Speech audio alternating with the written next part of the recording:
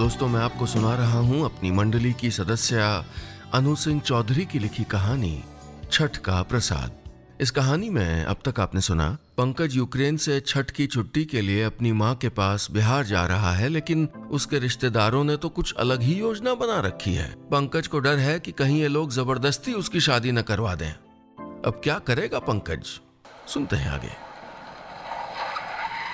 हम किसी से मिलने नहीं जा रहे हैं जीजा जी, ना हमको कोई जमीन देखनी है। आपको हमारे साथ अपने ससुराल चलना है तो चलिए, वरना हम तो टैक्सी लेके जा रहे हैं घर। पटना एयरपोर्ट पे उतरते ही हम वापस शेर हो गए। फोन पे देख लिए थे, घर सिर्फ 42 किलोमीटर दूर था यहाँ से। और गुंडा राज है क्या, कोई ऐसे जबरदस्ती उठा के थोड़ा ले जाएगा हमको। लेकिन बेटा जबान दे दिए हम तो। अम्मा का फोन आखिर लग ही गया। मतलब अम्मा का छेड़ा हुआ राग था ये।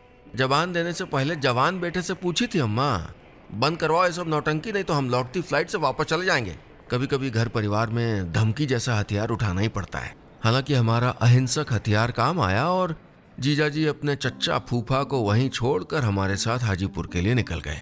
भले आदमी हैं बेचारे, एक ही अवगुण है इनमें, समाज सेवा। पता नहीं दूसरों की जिंदगी में टांग अड़ाकर अजनबियों के बीच रिश्ता फिक्स करवाने में क्या मजा आता है इनको। पंकज अच्छी लड़की है मेरी चचेरी बहन, चच्चा शादी के गिफ्ट में मीठापुर वाला जमीन देना चाहते हैं। ना दहेज वहेज का चक्कर ही नहीं है, वो तो बात तुम लोगों के फ्यूचर के लिए। अपना फ्यूचर देख लिया ना जीजा जी, अभी भी दीदी की बैंक वाली नौकरी से घर चलता है या।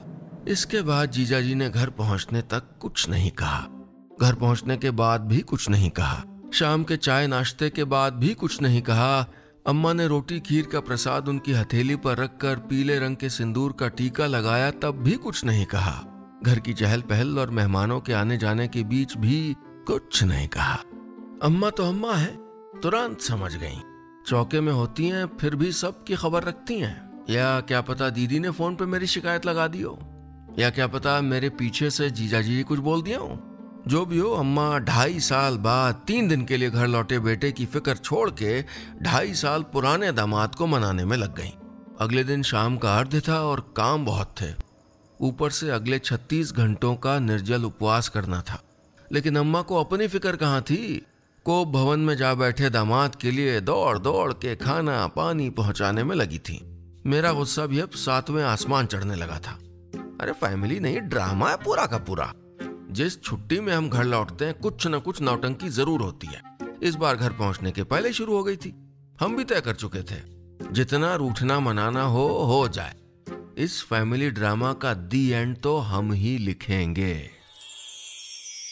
दोस्तों, आगे की कहानी सुनने के लिए ऊपर जो छोटी सी विंडो देख रहे हैं उसको क्लिक करिए और सीधे अगले सेगमेंट में पहुंच जाइए।